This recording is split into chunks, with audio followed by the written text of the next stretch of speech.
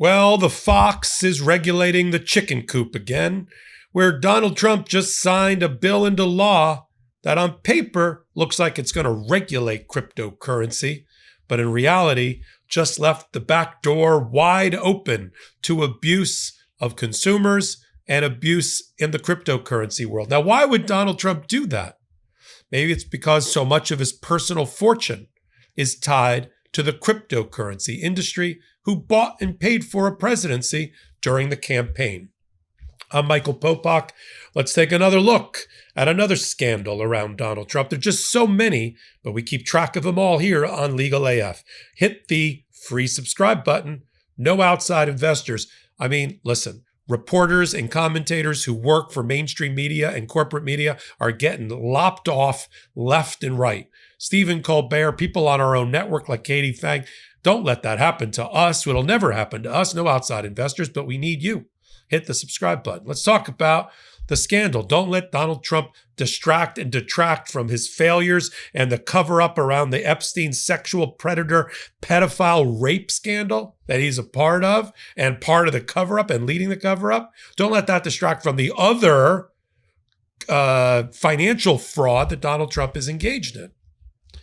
Everybody around Donald Trump that matters, from the Commerce Secretary to the Special Envoy to the Middle East, is connected back to Donald Trump and cryptocurrency. They all have a lot of their personal fortunes at stake in cryptocurrency. So is it any surprise that Donald Trump, by one estimate, has already made $320 million just in fees, because he makes it on the VIG, he makes it on the buy and sell related to his $ Trump meme coin.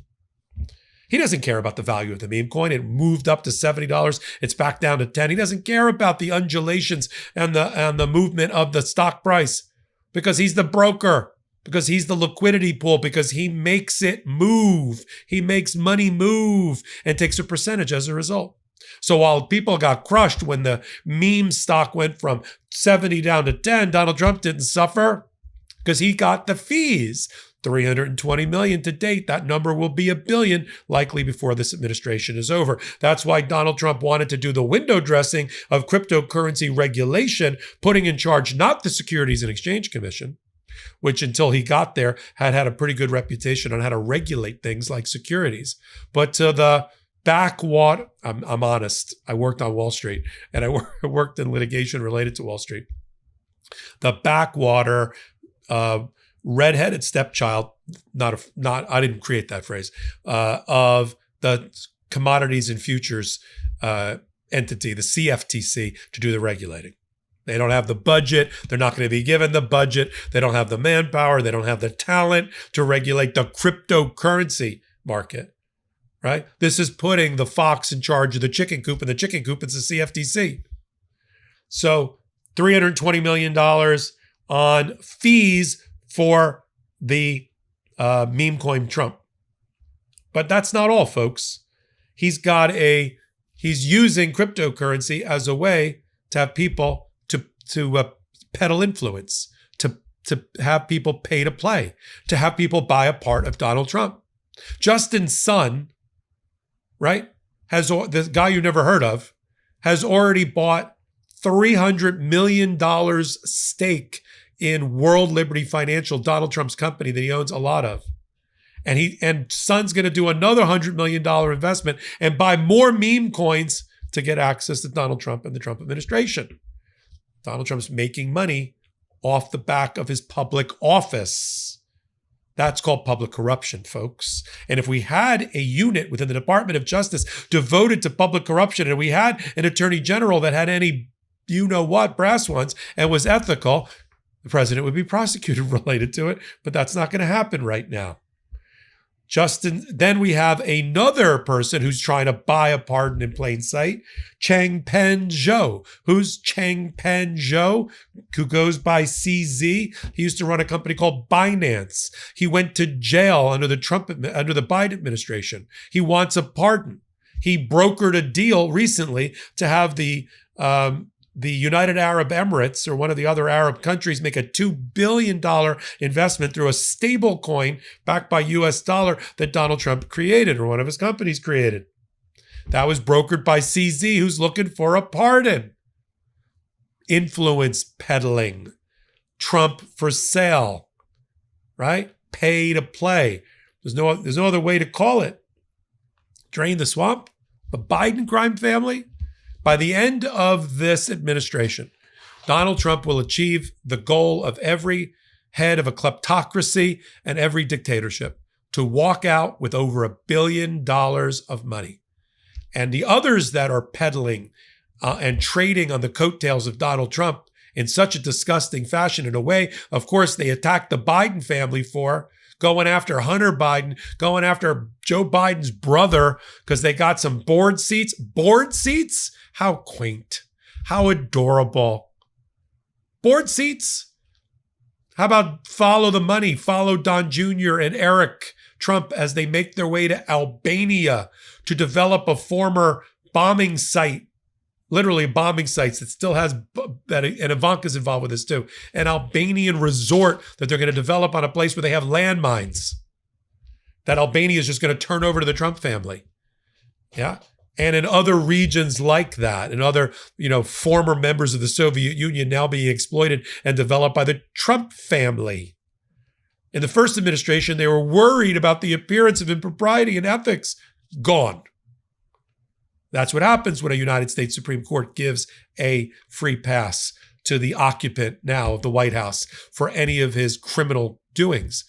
He heard, I can do more crime. I can do more influence peddling. I can make more money. And those around him are his enablers because they're invested. Steve Witkoff, who's the special envoy to the Middle East, meets with Putin. He's effectively the Secretary of State, golfing buddy of Donald Trump, fellow small-time real estate developer for Donald Trump, testified in favor of Donald Trump in the losing New York civil fraud action that went against Donald Trump.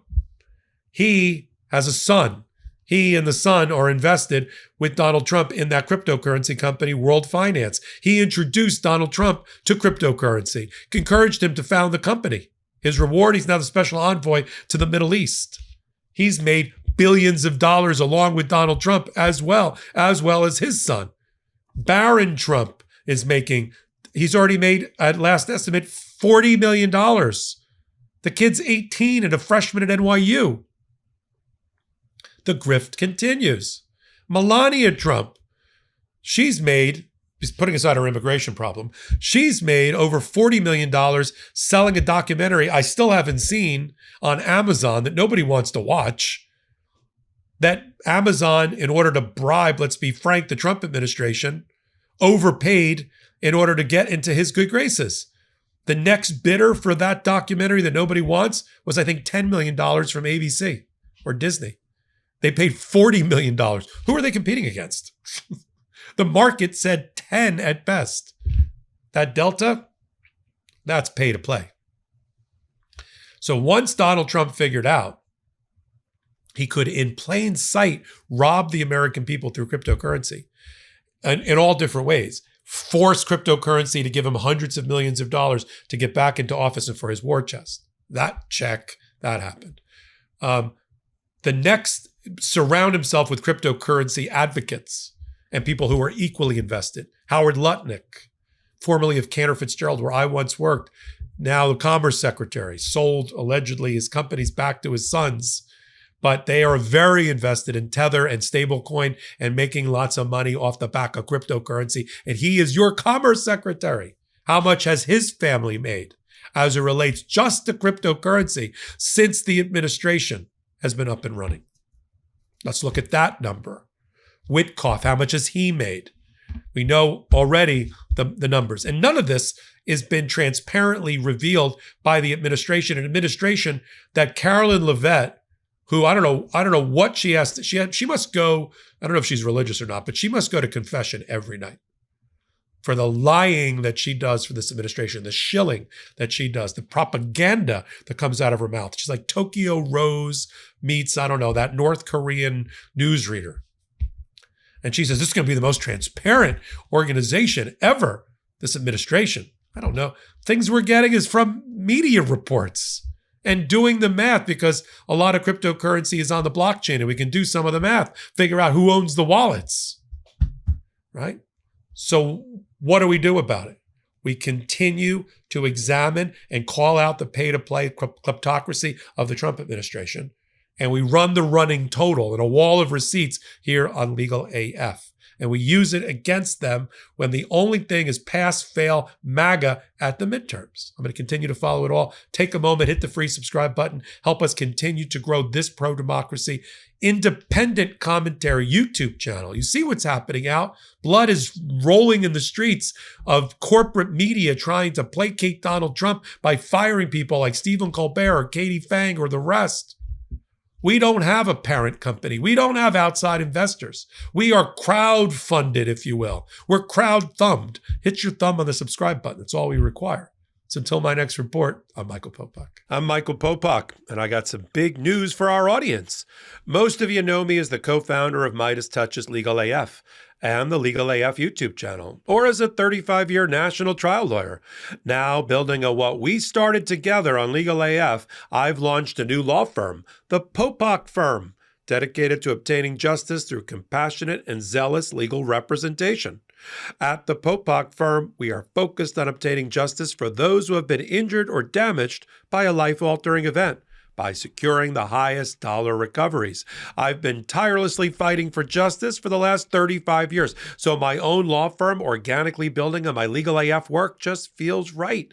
And I've handpicked a team of top-tier trial fighters and settlement experts throughout all 50 states known as big auto injury attorneys who have the know-how to beat heartless insurance companies, corporations, government entities, and their attorneys. Big Auto's attorneys working with my firm are rock stars in their respective states and collectively responsible for billions of dollars in recoveries. So if you or a loved one have been on the wrong side of a catastrophic auto, motor vehicle, rideshare, or truck accident, suffered a personal injury, or been the victim of medical malpractice, employment harassment or discrimination, or suffered a violation of your civil and constitutional rights, then contact the Popok Firm today at 1-877-POPOK-AF or by visiting my website at www.thepopokfirm.com and fill out a free case evaluation form. And if we determine that you have a case and you sign with us, we don't get paid unless you do. The Popok Firm, fighting for your justice every step of the way.